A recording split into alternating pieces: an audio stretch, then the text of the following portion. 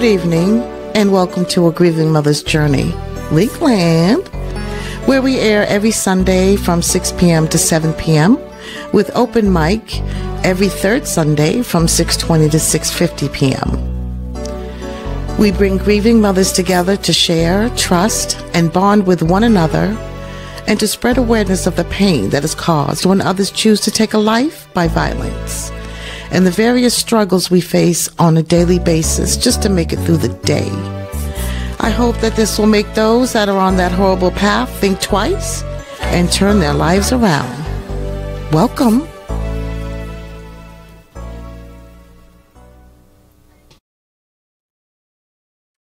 Hi, everybody. Good evening, and thank you for joining us for another episode of A Grieving Mother's Journey. We are on episode 34, season 1, and we are going to be talking about victims of homicide, and this is part 2. Before we get started, I just want to make a couple of announcements. You guys that have been with me already know how this goes. But there's a couple I'd like to share with you. One, for those of you that are new, you can view the podcast live or past podcasts on the YouTube page. I have posted the link for the YouTube page in the event as well, and also on the group page. It's in the featured section. There's also a QR code. If you don't want to type it in, just scan that. It'll take you right to the YouTube page. It's also streaming on my private personal page, and I was doing Instagram for a little while, but I think there was some issues with that. I'm not sure. But the main thing was I wanted to make sure that this was streaming live on the group page because, of course, this was all started because of the group page. Well, because of my son, but in the group page. So I actually think I got it to work again. It looks like it is. So if there's anyone in the private group page that is viewing this now, if you could just leave me a quick comment, let me know all is working well, I'd really appreciate it.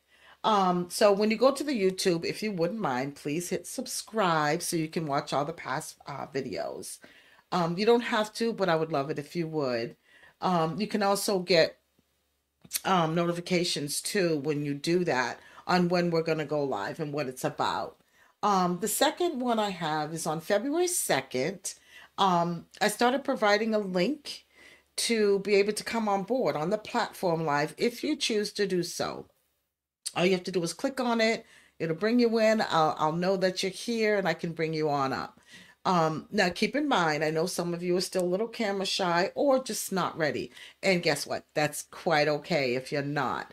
If you do want to come on live, but you don't want to show your face, when you do click on the link, it's going to give you the option to put your name or whatever you want on there. You don't have to put in your real name if you don't want, and you don't have to show your face. You can just, choose to be an avatar. That's okay too. But if you still don't want to do that, you can always give us a call when we open the phone lines and just call in. We also have the comments open, so there's a lot of options for you out there. Choose the one that best fits you. Let me see. So the other one now, the phone lines will open around 6:30. So let me go ahead. I'm excited to announce Dr. Marcella Marcey. Dr. Marcey has worked in the field of psychology since 1974. For 13 years, she was a school psychologist in Fairfax County. She returned to school and earned a second master's degree and a PhD when she returned to GMU. And for those of you that are not aware, that's George Mason University. She's been practicing for over 25 years.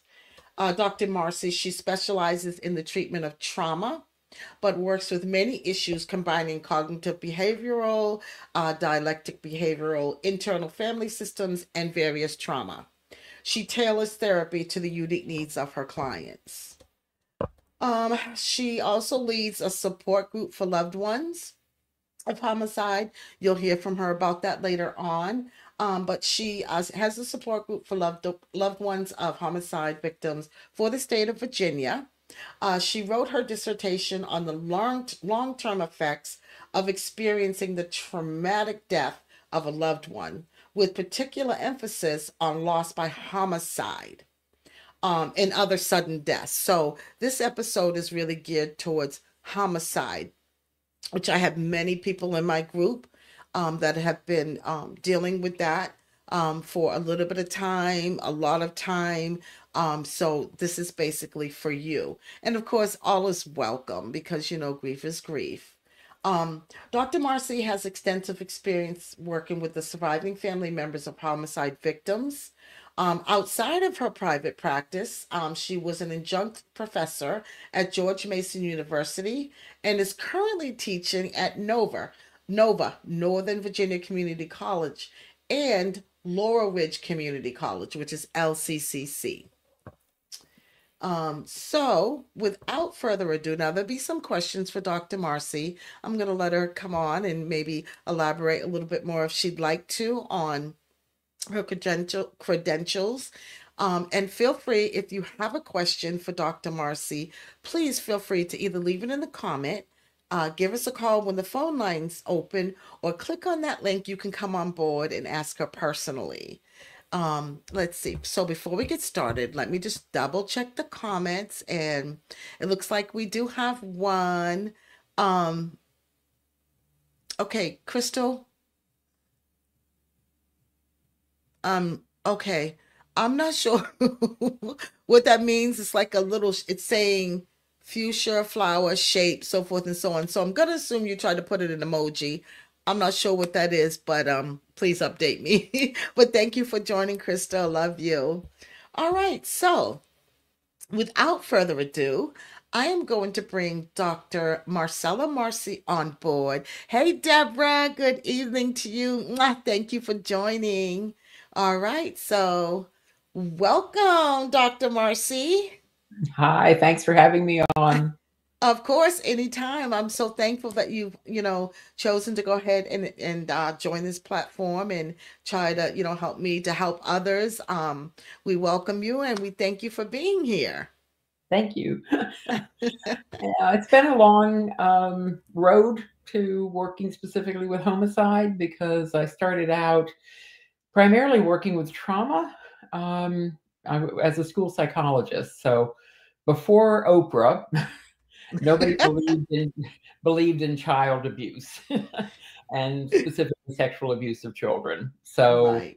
um, I was in the schools when we transitioned to that awareness, but I was already aware and had worked a lot with Child Protective Services in Fairfax County. So I had sort of a reputation of, why do you keep finding these children that are being sexually abused? It's like, I ask. But in any case, Right. that's only the beginning.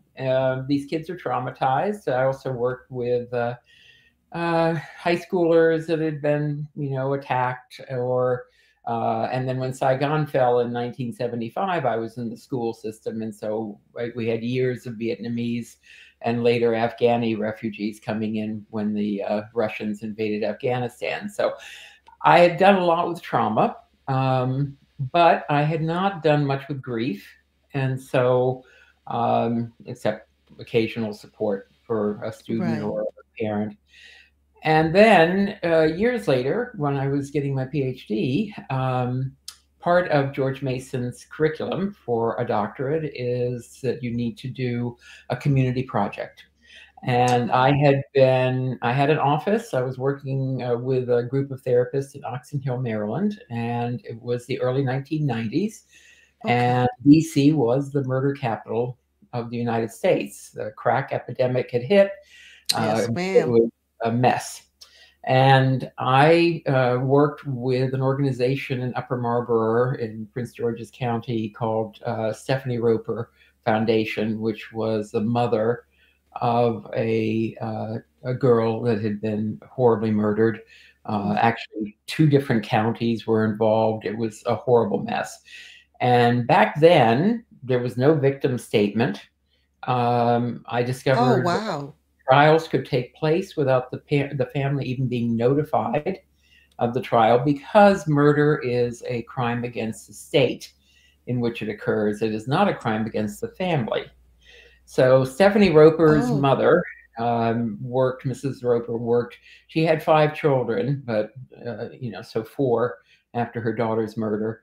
And she worked with the Maryland legislature and she got all kinds of bills passed, and just did an incredible job. And what Maryland did, DC and Virginia followed fairly quickly. So she's actually the one that got the victim statement and all of wow. all of the victim impact statement, all of that. So she's a real hero.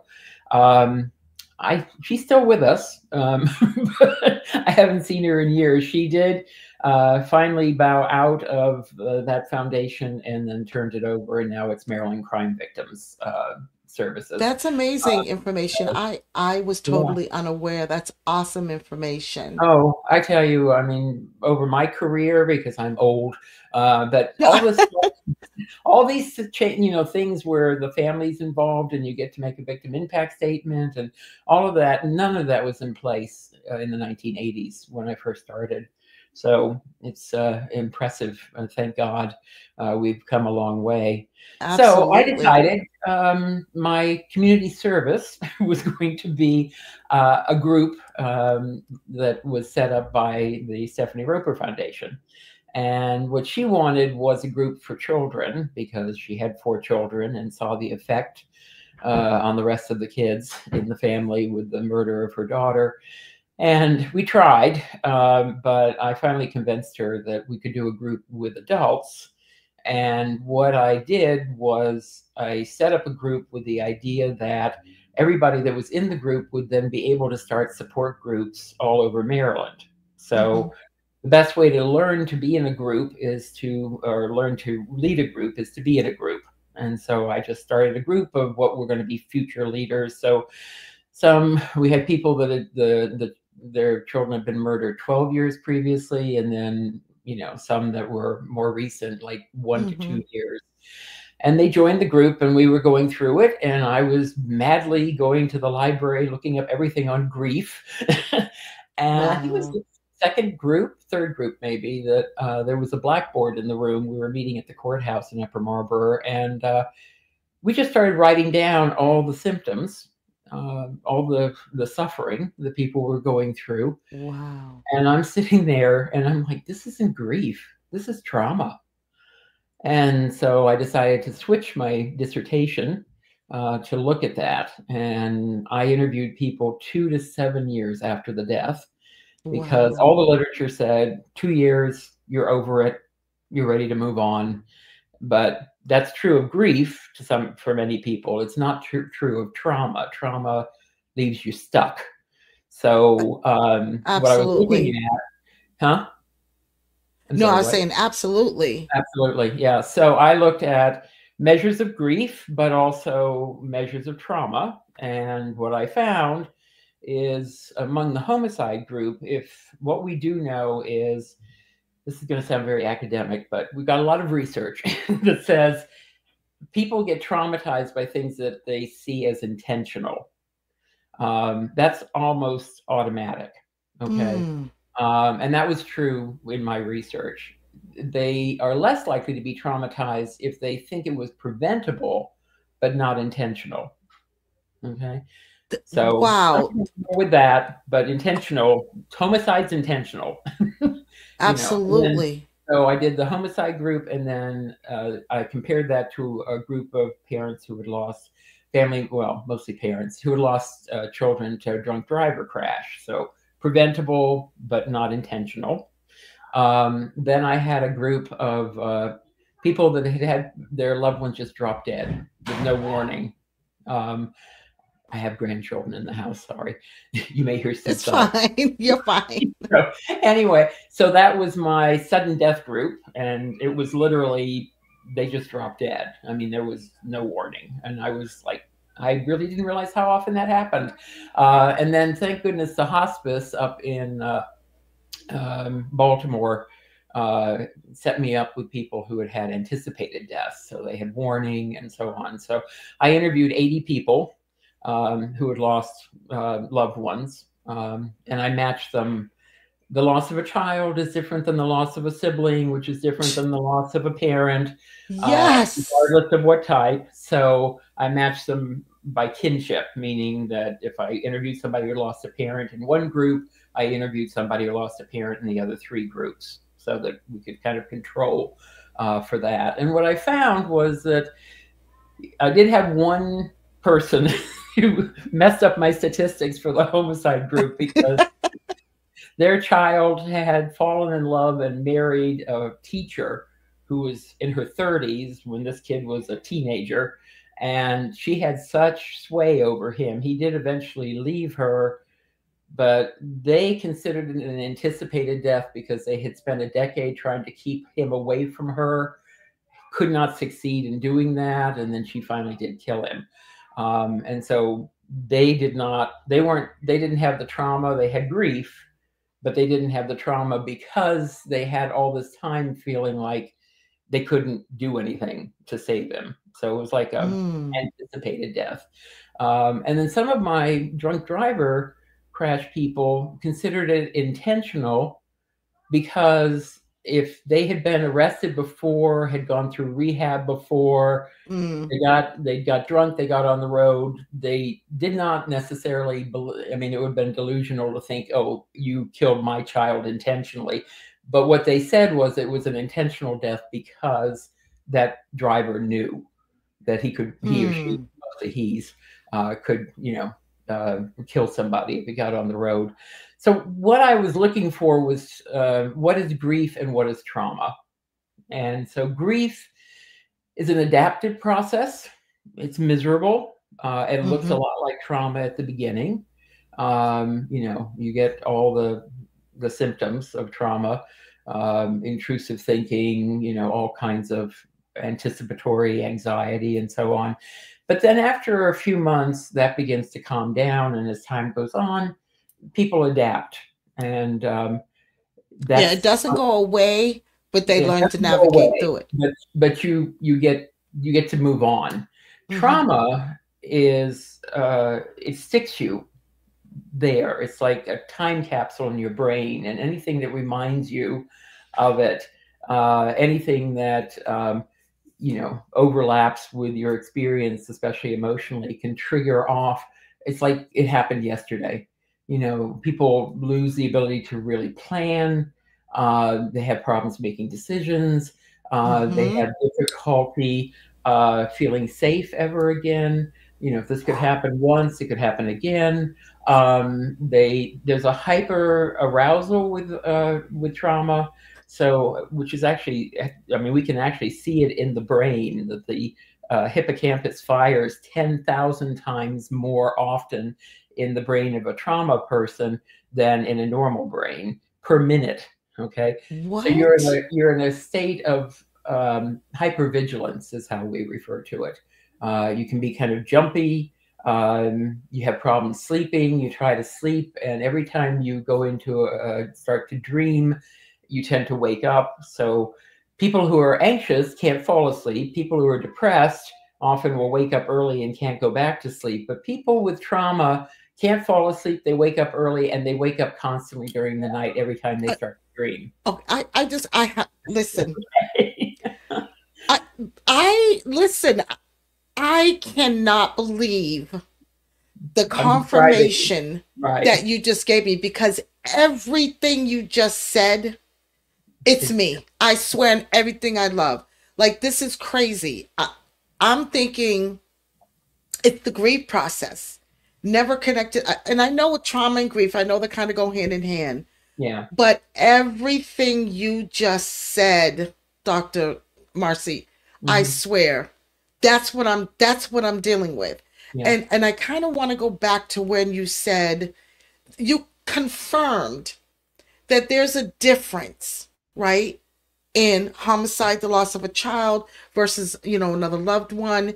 You also confirmed that the difference between it being unexpected, right? Yeah. Or intentional. Like, so, because I have mentioned that a few times during a few of my podcasts or even in my group. And a little part of me felt a little guilty because I wasn't dismissing, right, Yeah. the Yes. grief that is felt when someone has lost a husband, a wife, a mom, a dad, right?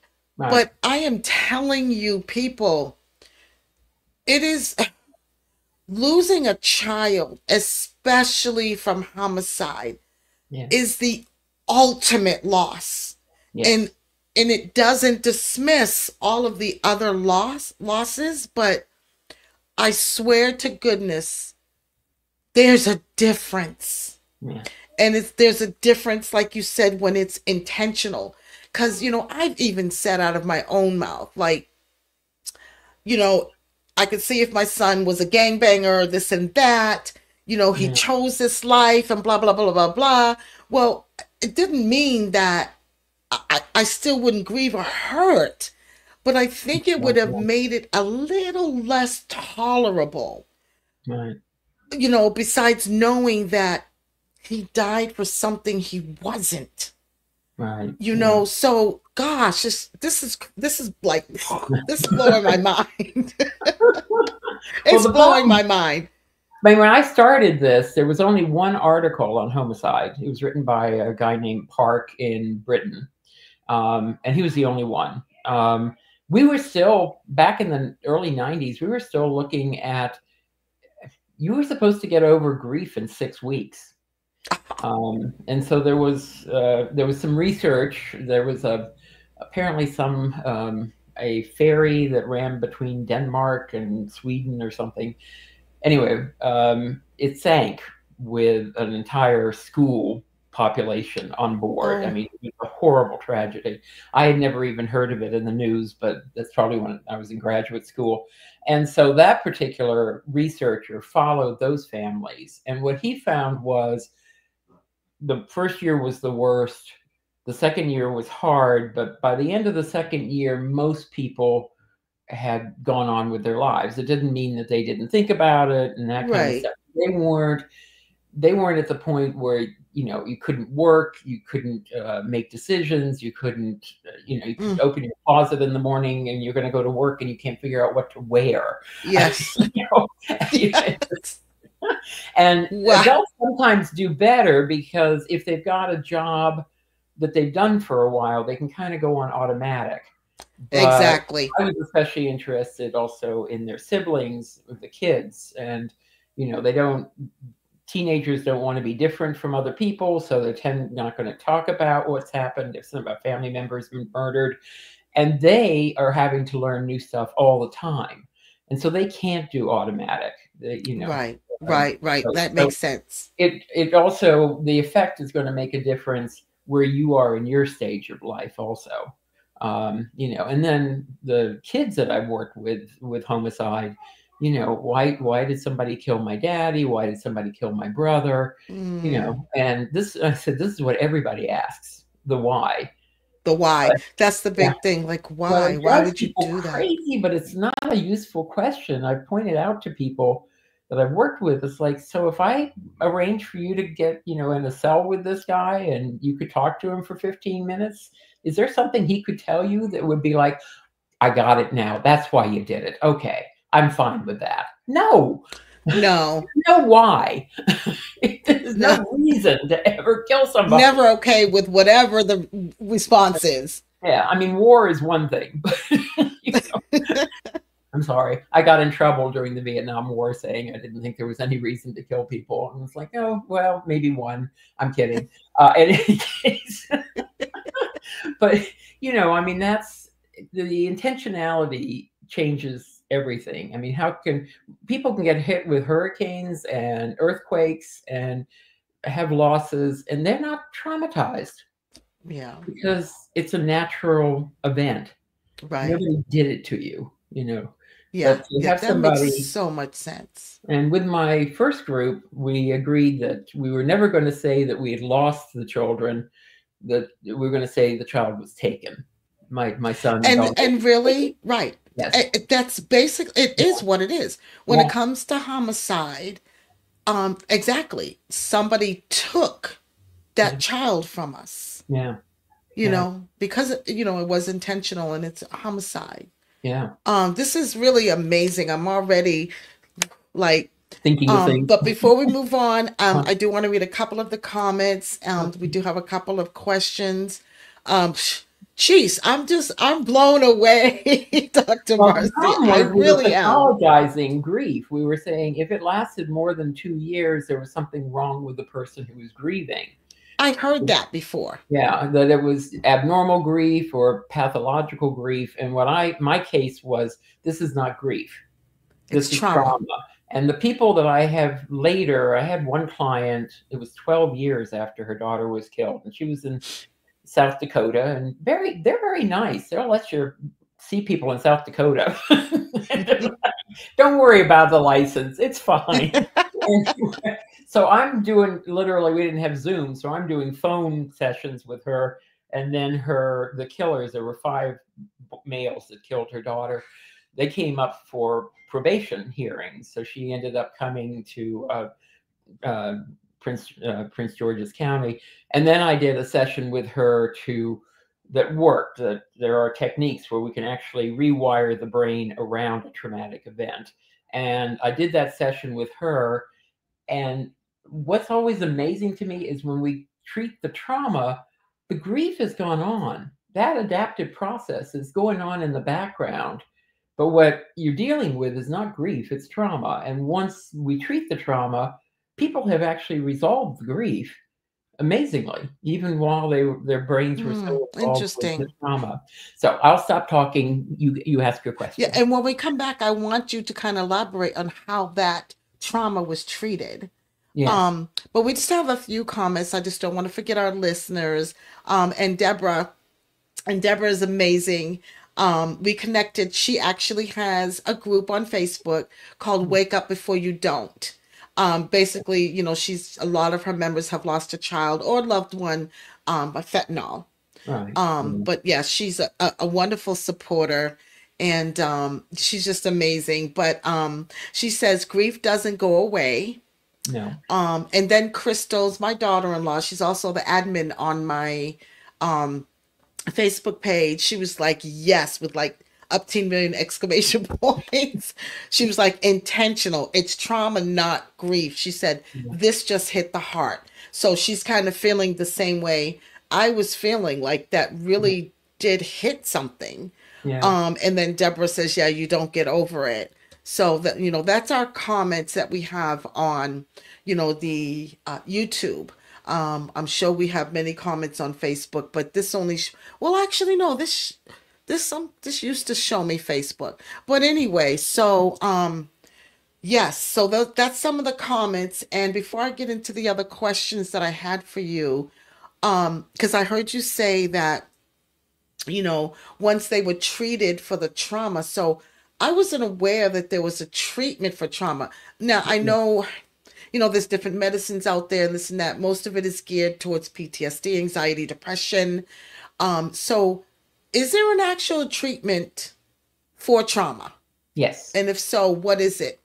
Yes. Well, the primary tool that I use is something called EMDR, which is eye movement desensitization and reprocessing. The psychologist that came up with it's from California, so it's got to sound like a computer program. But it's a technique that therapists can use. What we do is we alternate a stimulus. So originally it was eye movement. Now we have found out it can be touch, it can be auditory, doesn't matter. And what we see when we have people, we're still using the Vietnam vets, although I'm assuming we're probably using Iraqi vets at this point. We put them into a functional MRI, and what we can see is that when people try to talk about the trauma, the left side of the brain actually shuts down. It goes blue, okay? And that's where language is, and that's where logic is, okay? That's the side of the brain that handles language and details and just Wow. really kind of how you think through something logically, because we use language to do that. We do EMDR with that person while they are thinking of the traumatic event. What we find is that the left hemisphere stays online. And as far as we can tell, this technique allows the logic side of the brain to then affect the emotional side of the brain. Now, the right hemisphere of the brain isn't emotion. That's deeper down in the brain. But what the right side does is it handles sort of symbols and meaning and sort of the umbrella kind of metaphors and that kind of thing that our mind uses. So left side detail, right side global sort of symbolic thinking. And so that side stays active when we think of trauma. But we used to think people just would say, "Oh, I can't talk about it." It meant they were too upset to talk about it. But when we put them into a functional MRI or a PET scan, of course they can't talk about it. The language centers have actually shut down. I've had people write Wow. down the experience and not be able to read it to me even. It's a different part of the brain that handles writing than speaking. So what EMDR does is it keeps the entire brain active because it alternates the stimulus, and then the therapist also has to know what they're doing and help to Well, talk you through it's it. funny that you said that because my therapist actually suggested that to me. Didn't know EMDR, what it was. We haven't done it yet, yeah. but wow, this is amazing. No, it's one of my clients was a MD, and he said this is like penicillin for strep throat. Uh, but, I mean, I use it not only for homicide. I mean, there's a lot of traumas that people deal with in their lives, and that will Wow. talk. There's also I do imagery and so on, but the trick with trauma is you really can't talk your way out of trauma. You have to experience your way out of trauma, if that makes any sense. Okay. So you could go and talk to a therapist week after week and just, I mean, it's nice to have somebody to talk to, and certainly the Right. group that we do, where you can share experiences. But Hmm. that doesn't go, I mean, like the woman that I worked with who had 5 people kill her daughter, okay, in Maryland. Five Um, people killed one. Well, there were 2. There was, her daughter and then, the son of another family that I ended up working with directly because they lived in Maryland. And so I saw the son's family. It was a couple. She was military. He wasn't. She needed to go to the bathroom. They pulled into a church parking lot so she could run in and use the bathroom at the church. And then these 5 young men attacked them, took them into the woods, and Oh, killed both of them. This is years ago. So I had worked with the mother of the son, okay, and she had gotten so much better. I mean, no, it doesn't ever go away, but she could function because originally hmm, she couldn't. hmm. But then she put me in contact with 12 years later with the woman in South Dakota who was the mother of the girl. And that particular person, she had not been able to come out of her bedroom. Her husband had to do all the cooking, all the shopping. She didn't want the blinds open. She didn't want to Mm. see sunlight. She just was completely shut down. And so she was willing to talk to me on the phone. And as I said, South Dakota was very nice. Now, she comes to see me. We're doing an EMDR session. She's sharing with me that in her head, her daughter is surrounded by these 5 men. And so what I had her do is get her daughter out of there. And I said, "What do you want to do to the men?" And she said, "I want to shoot them." And I said, "If that will make you feel better, it's all in your head. I have no problems if it's in your head." And then she decided she didn't want to shoot them, but she wanted to be sure that they were always locked up, and which of course they had been locked up. So you never know what's going to get somebody out of it, if that makes any sense. Mm. Because it's whatever the imagery is. I mean, I also use EMDR for things like phobias. I mean, it's wonderful for that. But you And have to it really go with works, the huh? time. Oh yeah, when it works great, and I've never had anybody be harmed by it. I've had people. I mean, I've worked with people that were homicide survivors. I mean, Holocaust survivors from childhood, and we'll go through trauma after trauma with them. And so I've had other people where it's like they've had multiple traumas, and then something will happen, and it's almost like a building collapsing. Hmm. But with homicide, I have never had that happen. Homicide is so horrible. we just really focus on that. Mhm. It pales everything else in the person's life when they, especially the loss of a child. The second worst loss, oddly, is a man's loss of his mother. That's Mm. the loss of the child is the worst loss. A man's loss of his mother is the second worst, and then everything else kind of. I believe that because, when my mom died, my brother, he took it so Yeah, hard. We yeah, all did, but his was to the 10th power. yeah. And the problem men is will self-medicate with alcohol, and Yeah. now I've also worked with drug overdoses, and sometimes people they feel like it was intentional because of the person that provided the drugs, and then they want to go after that person essentially as a murderer. I understand that completely. I go with them on that, but I also know they're much more likely to be traumatized Mm, because they think of it as intentional. mm. This guy tried to kill my child by providing the drugs. And then I've done suicide, and with suicide, it's more trying to help the. I've only had parents of kids who have suicided, try to help them recognize that it was their choice. But if you think about suicide, the intentionality happens. The person who killed your child is the Yeah. child that was killed. Yeah. So Yeah. that's a different process. But yeah, I use EMDR, guided imagery. I'll do artwork, whatever gets us into the emotions so that we can directly affect that. So Well, awesome. that's like super informative. It is 6:37, and if we go over, that's Okay. fine. But I do want to, we have one more comment. My BFF Joan, she said, "Wow, this is amazing information." It truly is, Joan. Like, even for me, I'm like, "Wow, this is awesome." And I truly think that people in my group, they're really going to benefit from this because I Good. know I am, and I have people in my group that are not as further along as me, even though I'm still not close to 3 years. But we have some people in our group, we're talking the last 6 months, so forth and so Good. on. Yeah. But there's a couple of questions that I just wanted to ask. So for anyone that's listening and maybe considering, um are you currently accepting new patients? And if so, how can they contact you? I am accepting new patients. They have to be in Virginia when I see them. I can see them virtually. I have one person that drives across the Woodrow Wilson Bridge once a week. And I no longer, she's always like, no, I'm really in Old Town Alexandria. It's like, I Okay, believe you. It's gotcha. okay. I had another one that drove across the Theodore Roosevelt Bridge. Look, there's the Pentagon.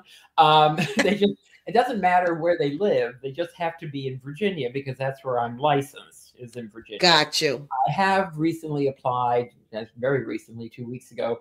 Um, Florida has a you can get licensed, but as a teletherapist, and you have Gotcha. to agree never to see anybody in person in Florida. Okay. Different kind of license, but I've had a number of clients move to Florida, and I've got one right now that's very distressed. So Awesome. they're in So right now Florida. you I can can't see them unless service. I'm licensed in Florida. So So basically, for all you listeners Virginia, right now, you can accept patients as long as you live in the Virginia area. It doesn't matter what part of or you're Virginia, right, or you can drive to Virginia. or you, okay. Your Okay. body has And then to be also in in Virginia. Florida, which is just Yeah, okay. Okay. hopefully. I think that would probably go Um, yeah. through. So the other question I had is, did you ever have to work with law enforcement? And if so, would you mind sharing a little bit about that process? I have more for about 5 years. I worked a lot of sexual abuse cases and had to testify and talk to the investigating people. I've actually had cops as clients. They get traumatized too. Um, Wow. and I have not worked a homicide investigation, but I have talked to police Okay. that have.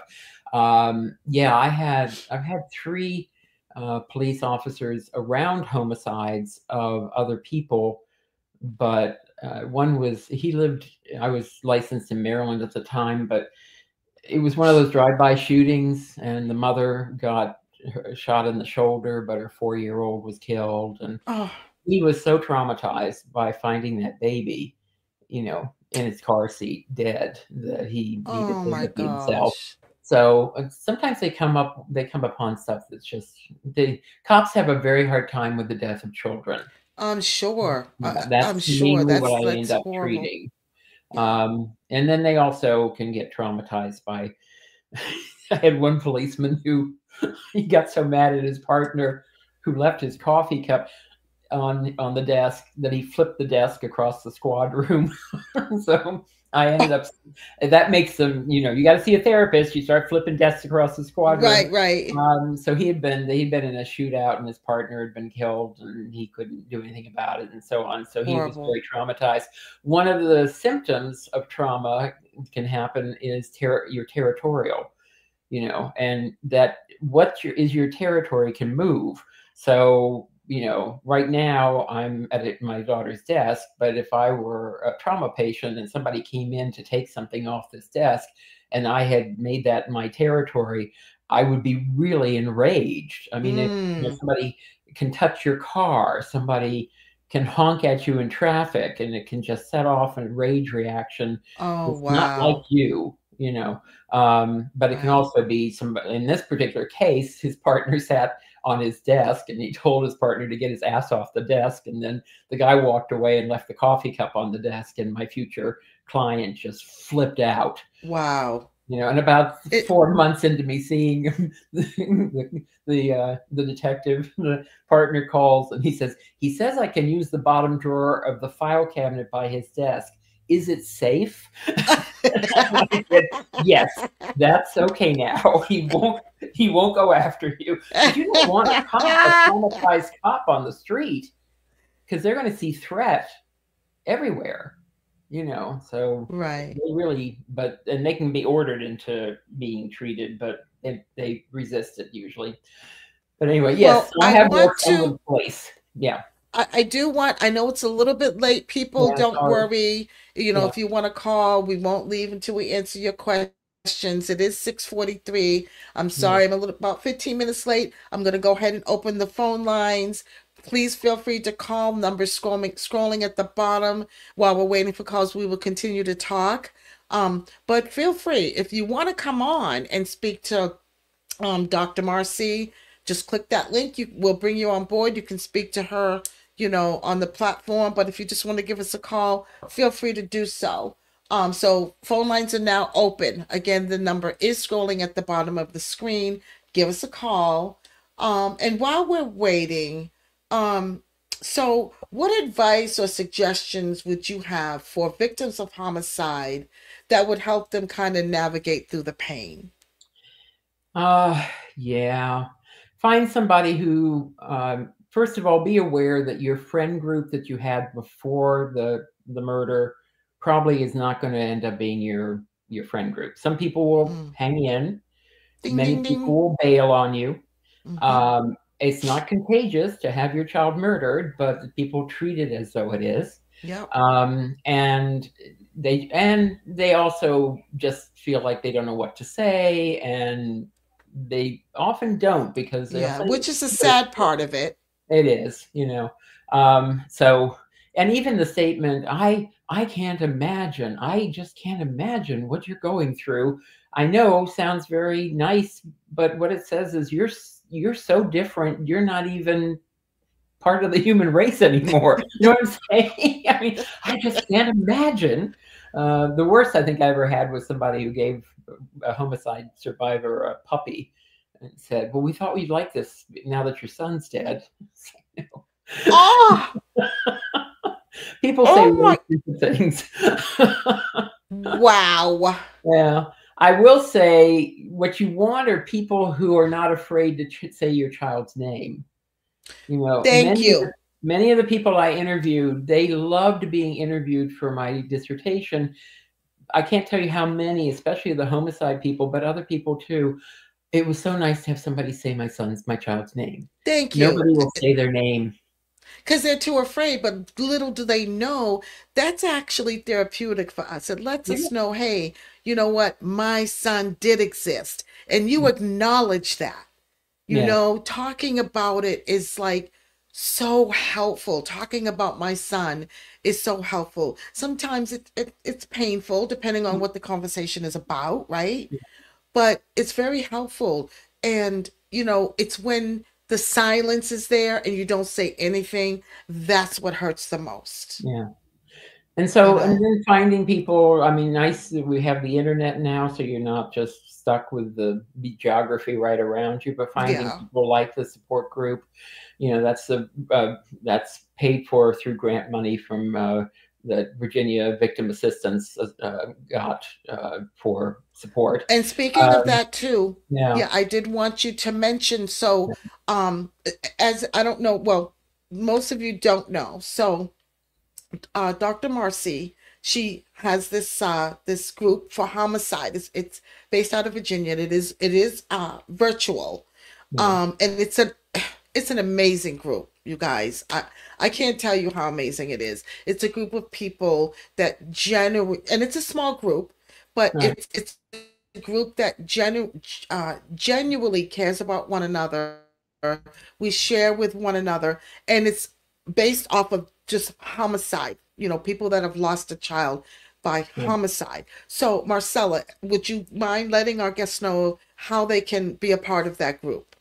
That would you'd have to go through the Virginia Victims Assistance Association. So it is for if the murder occurred in Virginia, that you don't have to live in Virginia. It's a Right. support group.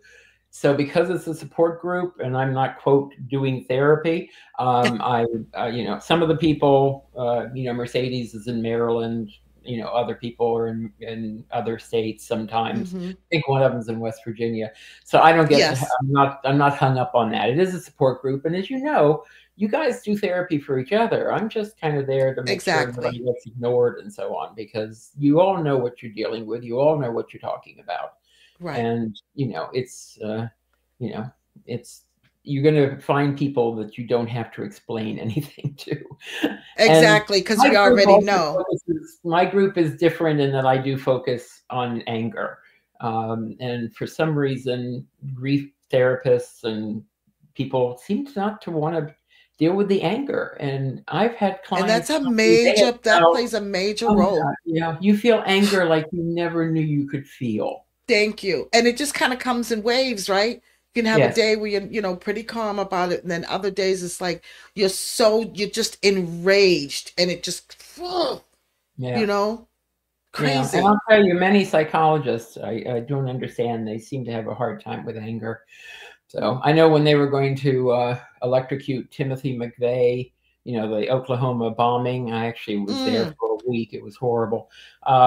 They were executing him, and they did let, the parents, there was a preschool in that building, and the bomb killed a lot of preschoolers, yes. the babysitting Yes. thing. And so, they invited the parents, you can come and watch him get executed. And it was interesting. I was in a group with some other psychologists at the time. And they were like, "Oh, why? I mean, who would want to do that?" I said, "Anybody I've worked with. They'd love to see them fry." I'm Mm, sorry. And they were just like, "Well, that's horrible." It was like, you haven't had a child killed. You didn't have exactly. somebody blow Thank up your you. baby. What Thank the you. hell? So I don't have any problems with anger. I came from a fighting family, so I complained about the food at my elementary school, and my father's like, "I hope you make placards. You can protest." I was like third grade. It was like, "Dad, it's okay." So anger So, is guys, fine if with you're me, and listening, we have a there's few a lot of moments anger. left. Feel Yes. free to give us a call. You can speak with Dr. Marcy, ask some questions, or just give her some encouragement and kudos for even, taking her personal time to come on and share this with you. We do have another comment from Kay, which is my oldest daughter. She's also my other admin. She said, "It's so true about friends. Some of them forget what you were going through just weeks after the funeral." Oh yeah. Amen. Amen. Like Well, and that's people facts. will. I mean, we had a woman at my church that I had worked with her son. I was closing one school down. It was horrible. I was closing down one school and opening another school, the science and tech school that Fairfax County has. For some reason, I'm always the one that closed schools. But anyhow, and and there was a group of students who, we stopped accepting new students to the high school, but we ended up with this group of students who were rising seniors, and they had to go from Jefferson High School to Annandale High School. And I did Oh. not know that four of them killed themselves. Okay. So, Ooh. and one of them had been the student government president for the junior year, and I had been doing groups with the juniors to try to help them do this transition. And so I knew him. And then I realized my mother was talking about this woman at church, and I was like, it was an unusual last name, and I was like, well, did her son kill himself? And she said, yes. I said, well, that's all. I said, who's helping her? And my mother was like, well, we don't talk to her about that because we don't want to Mm. upset her. And I said, Mom, she's walking around upset 24/7. You Yes. might see tears that she's not shedding otherwise, but she is Mm-hmm. never not upset. And Yep. so I did end up, I sought her out and I ended up talking to her. We talked for about an hour and a half. And again, it was thank you for talking about this in a matter of fact way, using my child's name. I was able to give her some, stuff that he had helped me with at the school and so on. People are just, I think they're just afraid that you're going to flip out on them or something. I don't Mm. know, but they do. They're afraid to talk to you. To Yeah, me, grief. they are. I I had get a it. friend who, his wife, his his great love, died. She was a lovely person. He was a lovely man. And the way he summarized grief was for about a year, people were asking, how are you doing? And he would say, I'm having more bad days than good. And he said, at about a So year and a true. half, I was able to say, I'm having about as many good days as bad.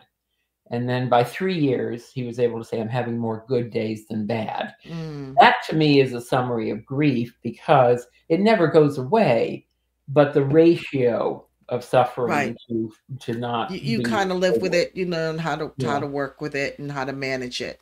And then you get the grief, and guilt. People can feel guilty about not preventing the death, but they also feel guilty if they start to get over it sometimes. Oh my God, I've had clients, I went an entire day, I didn't think about it. I'm a terrible person. It's like, Mm-hmm. no, that's okay. But there's guilt about that Awesome.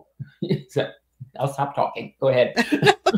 No, this has been amazing. But what I do need, anyone, Kay, Joan, Deb, Crystal, anybody, if you could pop on over to the private group page, kind of let me know if everything is going okay with that.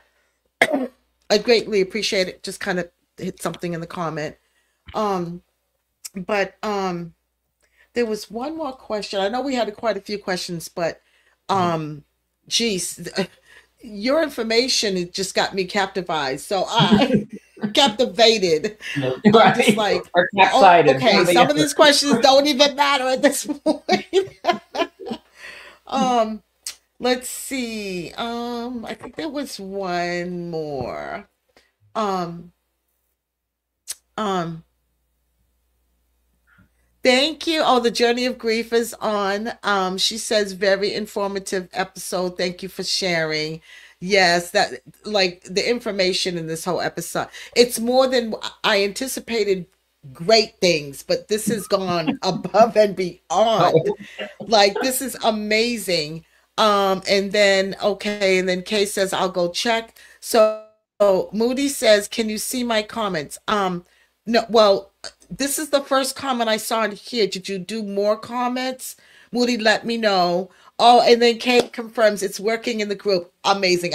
So Dr. Marcella, I've been trying, for a little while since I've had the group. It was working great. Then they stopped the third party streaming. Then it was back and forth, and then it just completely stopped. yeah. So this episode is the first episode that I Great. tried again, and it's working wonderfully. That's God is wonderful. good.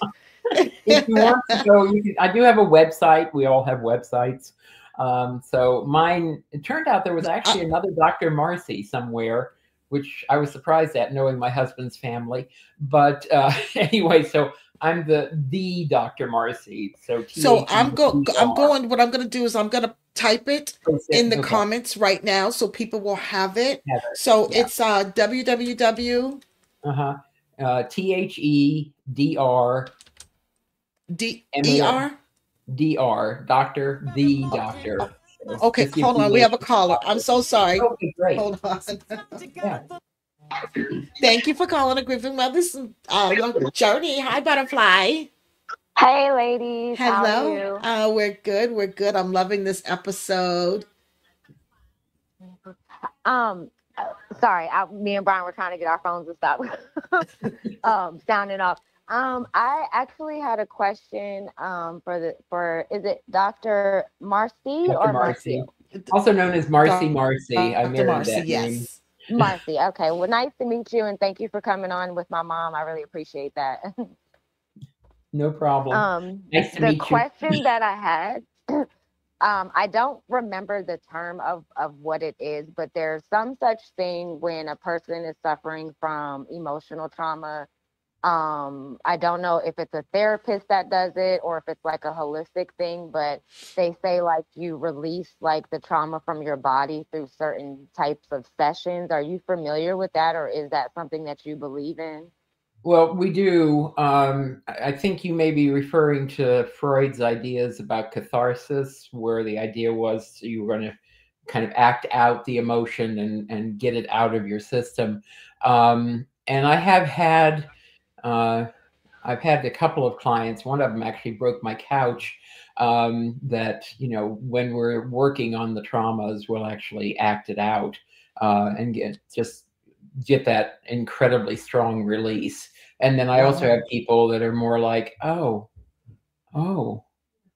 gee, that's everything. That just shifted everything in my world, But they do it kind of like, huh, So I have, they don't have to have that really strong emotion to process it, but many people do. But they're always afraid. People are like, but I don't want to really get in. I don't want. I'm going to feel this again. I don't want to feel this again. And it's Mm, like, no, you've already felt it. It's just like, you've already passed, the train has already passed this scene. We're just going back to kind of, rearrange the chairs, so to speak. It's disconnecting the strong emotion from the knowledge of what happened. Because originally, when I did my research, you couldn't be traumatized if somebody didn't try to hurt you personally. You had to be in the war. You had to be attacked personally. You had to, you know what I'm saying? It had to, you ah, couldn't be traumatized by something that you weren't there for. And most of us, I've had a couple of people I've worked with that have been there when their loved one was actually killed. But most people, it's a knock on the door or, coming home to a horrible scene or, whatever, however they're informed. And then what they start doing is making what I call videotapes. So you take the data that you get initially and you imagine what happened. And then as time goes on, you get more and more information. And now you have like multiple videotapes. If you oh, actually, the yes. three people I've worked with that were actually there when the killing happened did better because they knew what happened. Most of my homicide clients have all these tapes that they've imagined, and Hmm.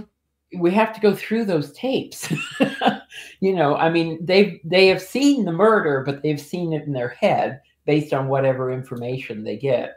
And then sometimes you go to the trial and then they need another session because they got other information that nobody had told them Yes. before. And now, they have to incorporate that. But people get traumatized. I mean, it sounds weird. It's not only the loss, but it's the imagining of what happened. And for mothers, it's always, did they suffer? You know, Exactly. And yeah, me were and they and alone? Kay, we Mm, all kind of went through that, especially in the beginning, yeah, replaying what happened. This is how it happened, on and right. on and on, for months until we actually got to the trial to actually hear Here, what really yeah, happened. yeah, yeah. They won't. And I don't know. I've never known. I guess somebody could go to the papers or something, but they always withhold information from the family under the statement that we need to, we don't want this released, or, you'll find this out at trial. We have to keep certain things under wraps and so on. But that can be very frustrating. But at least So, they do meet with you now. They didn't back in the 80s. They didn't, prosecutors didn't even talk to the families. so, so would you say that, so the what is it? What Keandra was asking about, Yeah. is that, can The you compare catharsis. that to the what did you call it? EMDR. Yeah, you can. EMBR.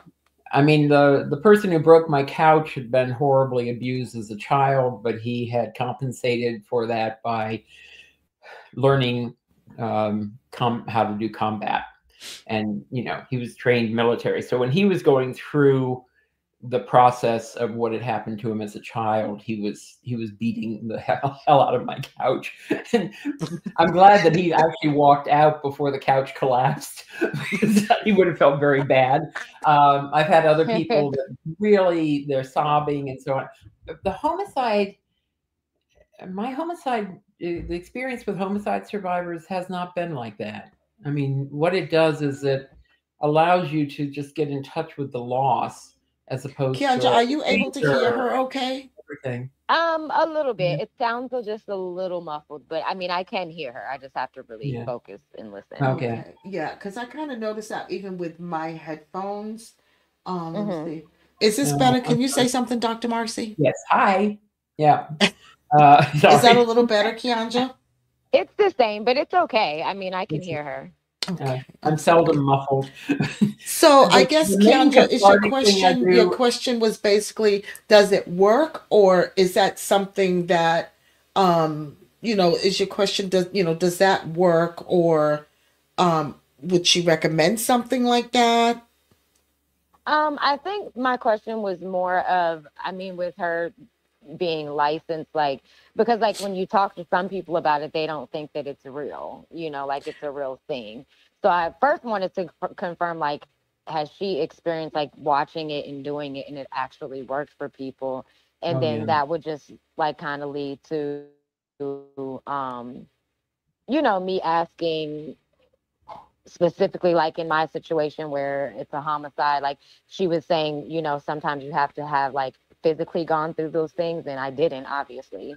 um but I Not mean, anymore. Yeah, I we've feel like a recognized lot you of don't need to.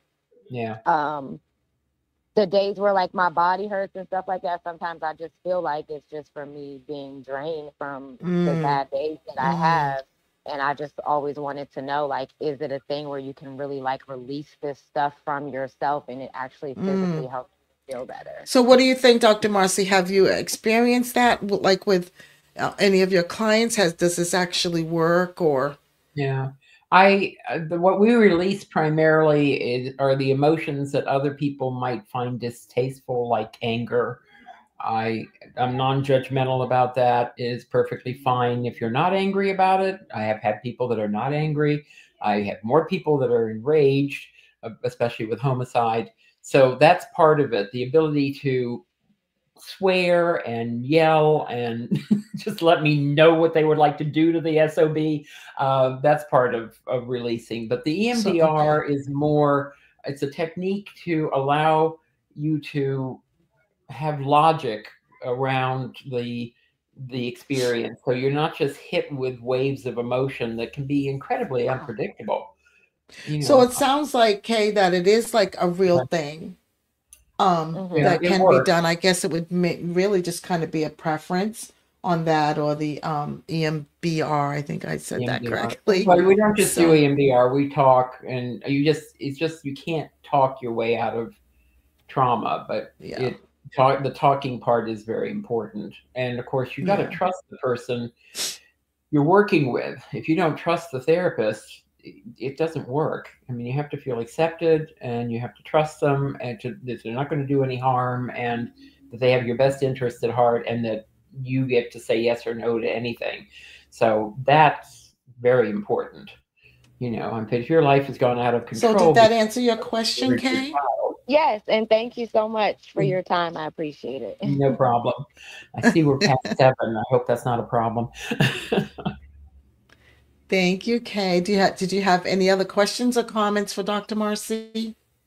No, other than she's doing great. Thank you for taking time out of your day and coming on for the show. Appreciate it. And I'll hang up now. Thank you, Butterfly. Nice meeting you. All Or right, your voice. Bye-bye. Okay. So couple of comments too.